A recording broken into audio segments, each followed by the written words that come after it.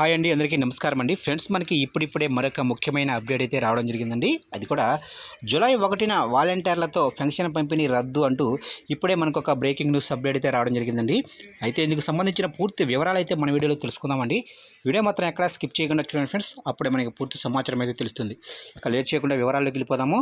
ఇక రాష్ట్రంలో 65 లక్షల మందికి 28 కేటగిరీల్లో పలు వర్గాలకు ఇస్తున్న సామాజిక భద్రత పెన్షన్ను పెంచినట్లు మంత్రి పార్థసారథి తెలిపారు. ఇక పెన్షన్ 3,000 నుంచి 4,000 వరకు పెంచినట్లు చెప్పారు. ఇక జూలై 1 నుంచి కొత్త పెన్షన్లు అందిస్తామని చెప్పారు.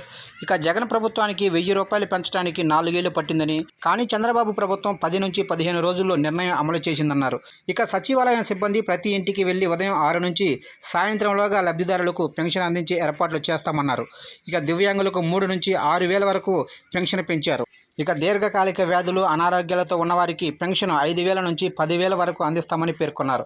ఇక 3 నెలల బకాయి పెన్షన్ను ఒకేసారి జూలై 1న 7,000 పెన్షన్ అందిస్తామని పార్థసారథి తెలిపారు. పెంచిన పెన్షన్తో 819 కోట్లు ప్రభుత్వంపై అదనంగా ఆర్థిక భారం పడుతుందన్నారు. ఇక వైసీపీ ప్రభుత్వం సామాజిక భద్రతా పెన్షన్లకు ఏడాదికి 23,272.44 వేచించగా, చంద్రబాబు ప్రభుత్వం ఏడాదికి 33,99,000 కోట్లు ఖర్చు చేస్తుందన్నారు.